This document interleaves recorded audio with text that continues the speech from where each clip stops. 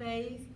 We would go out, he was enjoying the fact that, he was learning new things, and I was excited about that, so it gave us a lot to talk about.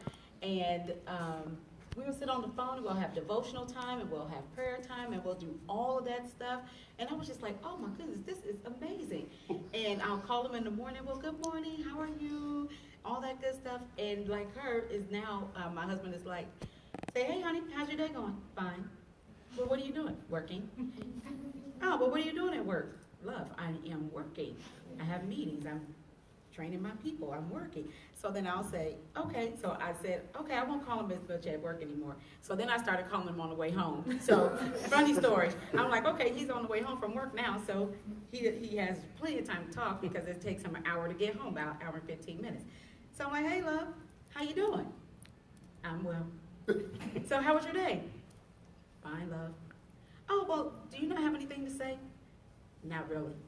And I say, so in that, I learned to be able to know that my husband needs that space on the way home. That is his, because if not, when he comes home, I am like all in. Babe, I did this today, and that happened today, or I cooked this over here. Yeah, and it's just overwhelming. So that hour and 15 minutes, but from the time he gets off and he's going through traffic, that gives him that time to do what he needs. So I'm learning to slow down my talking, turn up my listening, and text. Okay, well, good stuff. And so what you guys are saying is that y'all are talkative and your husbands are opposite. Mm-hmm.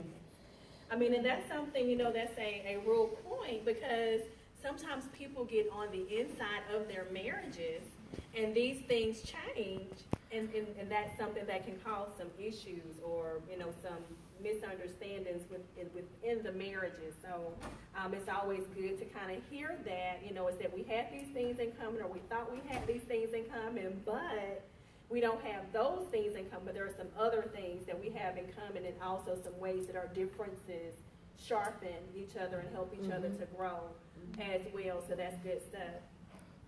So I'm going to shift it a little bit and talk about the single life. So everybody up here has been single before.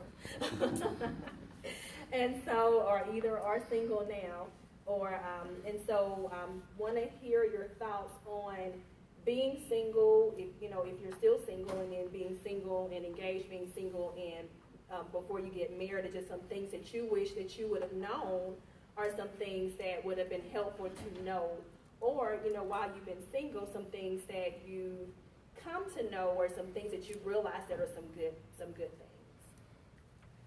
So I know that was kind of a loaded question, but let me break down. So if you're married or engaged, your time of being single, what are some things that you wish you would have known prior to, or some things you wish you would have done prior to? If you're not married, then just kind of speaking to that place of singleness now, and some things that you've learned in that space. I'd like to, I guess,